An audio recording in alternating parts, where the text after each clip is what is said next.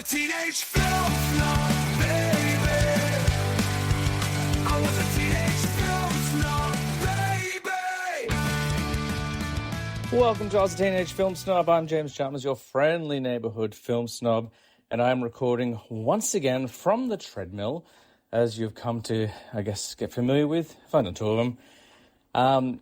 But it's a solo show. Last week, Nick and I talked about some films we loved this year. I've got some guests coming up, and then I'm going to take a little bit of a break in a few weeks' time. I've got some surgery coming up, which I'll talk all about on the Instagram page and stuff like that. Nothing to worry about. I'm very, very safe and okay, so don't worry about that. We'll talk about it later. But I had to record an episode today because the unthinkable has happened. Less than a week out from Comic-Con and the Hall H panel at San Diego, Marvel have dropped the Avengers Doomsday trailer. We were expecting it to drop on, in the panel. We thought that's what they're going to do, show the trailer at Comic-Con and then release it immediately after. And then last night at 1 a.m, while I was feeding my baby, I opened up my phone to see what was going on, and there it was. So today what we're going to do is we're going to watch the trailer. I'm going to stop it and talk about it as we go along. So if you haven't watched the trailer yet, just maybe watch it beforehand. If you're avoiding trailers, this episode is not for you. But what we're going to do is we're going to work through the trailer. It's about 2.5 minutes long. If you read any of the trailer descriptions from that footage released back at CinemaCon a few months ago, it's the same trailer. So I read the description. I couldn't help myself. I needed to know.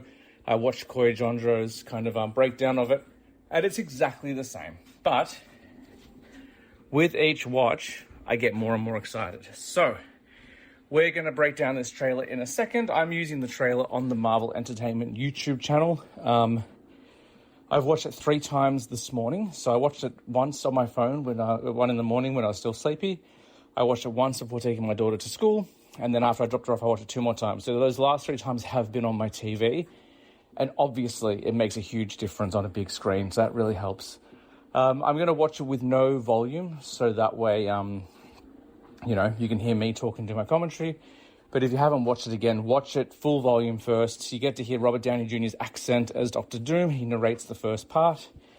And that score is incredible. There's a real sense of impending doom. And that's not a pun.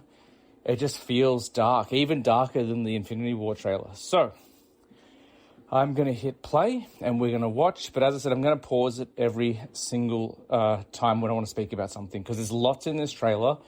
And after 4 watches, I'm seeing more and more things. So I'm sure I'll find more as we watch it this time as well. So I'm going to hit play. Before I do, the trailer opens on a dusty plaque, Xavier School for Gifted Children, or Gifted Youngsters, I should say, which we remember from the X-Men films in the early 2000s. So let's hit play. So we can see that plaque. There's going to be some light shining over it in a second, because we're going to cut to good old Professor Xavier. And he's seeing an incursion out the window of the X-Mansion. And whatever it is, I'm going to pause it right there, he's in pain. So obviously his telekinetic abilities, his telepathy is being impacted by this somehow. So he could be perhaps feeling the pain of dying mutants around the world. He could be feeling pain of mutants in other worlds. We don't know what it is yet. But whatever it is, the incursion is causing him some sort of grievous harm. It's overwhelming for him. I don't know which Professor X it is, because he's died in so many movies, but I'm happy to have him back. I should say right now we are getting that narration by Dr. Doom as well in his Latvian accent, but because I'm watching it on silent, I can't hear it. But boy, what a great accent it is. Okay, we're 15 seconds in. We're going to hit play again. We're now cutting to Dr. Doom kneeling. Let's pause. Pause. Just the silhouette. I love the costume. It's simple, but it's got some great detail in it. It's elegant. We can see him on his knee. He's kind of bowing like a knight might before a king. And we can see one of the, these, I don't know what it's called. There's like a little circle, like a badge on his armor closest to us. And it seems to have the symbol of Captain Marvel on it, that star, which is very cool. And he's saying that we're going to be, by the end of today, we're going to be faced with an unthinkable decision, which I believe is probably going to be the destruction of something. A world or two. In the background behind Dr. Doom's head, it looks like the mast of a ship, but it could also be like a power pole. I'm not quite sure. All right, we're 20 seconds in. We're going to hit play. He's rising up. It looks like a ship, though, to me, like a pirate ship. We have the Marvel logo. Not too much detail in the Marvel itself. We're now cutting to New York. I'm going to pause it here, 31 seconds in. We can see the new Avengers Tower with the new Avengers logo. And now Thor is taking over. So Thor seems to be somewhat of the lead here. And if you think about it, to the rest of the world, there's no Iron Man. There's no Captain America. There's no Black Widow. Hawkeye is apparently absent from this film, according to the casting rumors. So Thor's left. So Thor must be kind of the leader. That's what it feels like in this trailer. All right, we're going to hit play again. 31 seconds in. He's saying he's fought many warriors in his time, and they all died. We got the Fantastic Four coming through a tunnel with Thor behind them in their new outfits. So it's the same costumes as before, but they've got these funky jackets. And as they come into Avengers Tower, they're greeted by Sam, Bucky, and Ant-Man, who I missed in the first time I watched it. And they don't look happy to see them. They look very solemn, and Ant-Man actually looks a bit scared. All right, we're 36 seconds in, hitting play. All right, stopping here again at 38 seconds. We now have a huge spread of heroes. So on the left, we've got the new Avengers. We can see Red Guardian, we can see US Agent, we can see Yelena, and we can see Ghost. There's someone behind Ghost. I can't quite make out who it is. And there looks to be someone behind Red Guardian as well. So Bob's probably in there somewhere. In the back, we've got Sue and Reed next to each other. We've got Johnny up the far back, and we've got the Thing. But there's a huge absence of space. Like, if you look between Johnny Storm and Sue, there's a huge gap. And knowing Marvel and their interest in deleting characters from trailers, I feel like there might be someone else in here that we can't see. We can also see Ant-Man, and we can see Sam Wilson. And Thor is kind of holding court. He's got not Mjolnir, Stormbreaker in his arms, and he's kind of talking about the ongoing threat. Okay, 38 seconds, we're going back in. And he's saying that all the people he loved died. Okay, we're going to pause again. We're now at 43 seconds, and we can see Namor on his throne in a new outfit, a very regal, scaled suit, and he looks awesome. He looks so cool. All right, pressing play at 43 seconds. We can see Shuri. We can see M'Baku. We can see Shuri suiting up, and it looks like, I'm pausing here, 47 seconds. It looks like Shuri and some of the Wakandans have come to Namor, I'm assuming for help, and then they're ambushed by Namor's people. They're surrounding them, and they've all got weapons. We can also see the Thing, and it looks like Sue Storm behind the Thing. It also looks like maybe Ghost is there. You can see a couple of people. It's a bit blurry in my pause, but it looks like there are a few Avengers groups here, and we get a much better shot of Namor on his throne, which is made of shark teeth. Very, very cool. We're 47 seconds in, and we're going to hit play again. All right, then we have, I've paused again at 48 seconds, Thor landing somewhere. I don't know where it is. It could be like the dusted remains of the X-Mansion. I'm not quite sure. I'll hit play. And it's him by himself, and he's holding Stormbreaker, and he's approaching Doctor Doom. I'm going to pause it at 54 seconds. I just missed it, but you see the silhouette of Doctor Doom again. And now we're back in the X-Mansion, and there's an explosion. It could be Sentinels. We don't know what it is at this stage, but I'll hit play again at 54 seconds. Pausing it again at 55, and we see Cyclops in his comic-accurate costume, touching his visor, about to blast his optic ray at whoever's attacking. All right, we're going to pause again at 56 seconds, and we've got Shang-Chi fighting Gambit, which is very, very cool. Shang-Chi's got the 10 rings. Gambit's got his staff. I'm going to hit play. Just a very, very cool sequence. They're evenly matched, which is very exciting. At 1 minute 3, we've got Loki. At 1 minute 5, we've got Shuri in the desert with M'Baku. I'm pausing at 108. And some Wakandans, the Dora Milaje. They're in a desert surrounded by a ring of water. I don't know who's stopping that. I assume probably Namor. And they're meeting they're meeting the Thing. They're meeting Sue Storm. They're meeting Bucky, and they're meeting Joaquin Torres Falcon. So it looks like obviously all the heroes of Earth are coming together and talking about this impending doom, whatever it may be. Okay, we're a minute 80, and I'm going to hit play again. Thing shakes hands with M'Baku. Okay. Pausing at 110. A lot of pausing. We can see Reed. We can see Yelena. And behind Yelena, we can see Herbie. So Herbie is in the X-Mansion with Yelena and with Reed Richards. Okay, we're playing. Okay, pausing at 1:12, we can see Mystique in her comic accurate costume. I'm not 100% sure about this hairdo. I've seen a couple of clips of it. I don't know how I feel about it, but it's fine. I'm sure by the time the movie comes out, I'll come to terms with it. But it's cool seeing her in the costume. Hitting play. She catches Yelena's staff and turns into Yelena, and then it's Yelena versus Yelena. We're going to pause at 1:19, and we have Magneto and Professor X sitting in the X Mansion holding hands. It seems whatever's gone on in their universe since we last saw them, they've put aside their differences and are now working together. And they've always been friends, remember? They've always been friends. Okay, hitting play again. We're only halfway through this trailer. We see pause. Ant-Man kiss Cassie on the head, and then we see Johnny and Susan embracing in front of a large ball of light. We're hitting play at 1:22.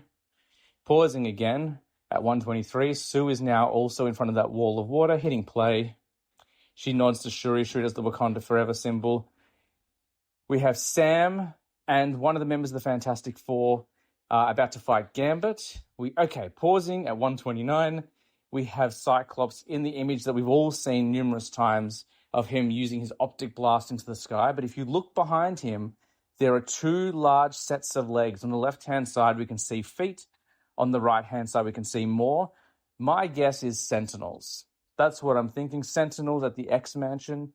There's a theory that Doctor Doom controls the Sentinels. But I also think maybe Giant Man, maybe he's in there. Maybe we get a Giant Man versus Sentinel fight, which would be very, very cool. Okay, we're hitting play at 1:29. We see Sue screaming. We see Namor flying. We see Thor leaping into the sky with Stormbreaker. It's at 1:34. He goes to attack Doctor Doom, and then at 1:36, he blocks Stormbreaker with 2 fingers. This lets you know how powerful Doctor Doom is. I think we're going to get a God Emperor Doom. We're going to get a Doom who's not only a genius from a scientific point of view, he's got magic, he's got powers.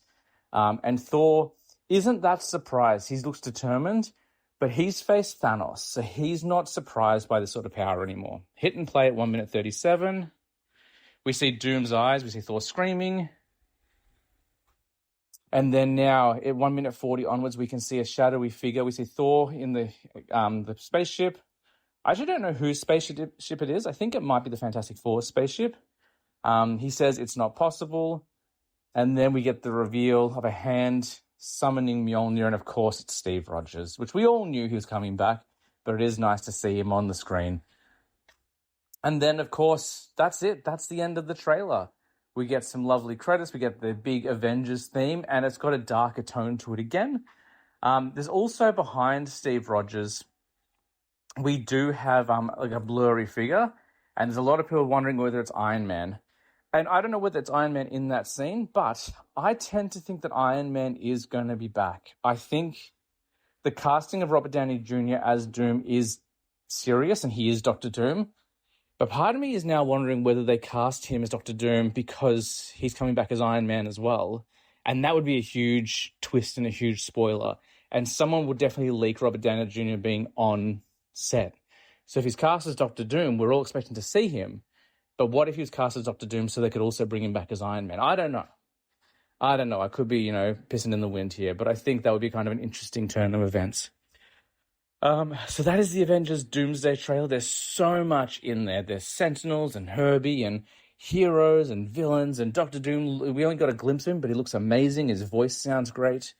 My first viewing of the trailer, I wasn't overly impressed. I wasn't disappointed, but I was just like, oh yeah, I read about this. But with each viewing, I get more and more excited. And I'm not sure what they're not showing us, but I cannot wait. December 17th cannot come soon enough. We're still about 5 months out. At this point, just shy of 5 months out. I don't know what they're going to show us at Comic-Con now. Like, are we going to get anything? I guess probably not. Like, what would be the point of releasing the trailer a week early to release a second trailer? I don't think we're going to get anything else. We might get some casting announcements. We might get an updated list of cast members coming into the film. We may get an announcement around Secret Wars. Although I can't imagine they want to spoil too much of Secret Wars, given that Doomsday is the precursor. There's lots of theories that there's a third Avengers film, a Battle World film, or like Avengers Eternity or something like that. There was rumors of Avengers Judgment Day, which is Avengers, X-Men, and Eternals, which I'd be really on board with because I love the Eternals. I think it's really underrated. But I'm psyched. I'm really excited for this film. I'm definitely more hyped than I was, last week. And I know I'll get more hyped as each week comes closer. But I'm just here for some Doctor Doom, man. I'm really excited for some Doctor Doom. I love Doctor Doom as a villain. He's a very, very cool character. So glad to have him in the franchise finally. Can't wait to see more of him. And yeah, that's the Avengers Doomsday trailer. Next week, as of right now, it's Tuesday the 21st of July. In a week's time, Spider-Man Brand New Day is going to be upon us.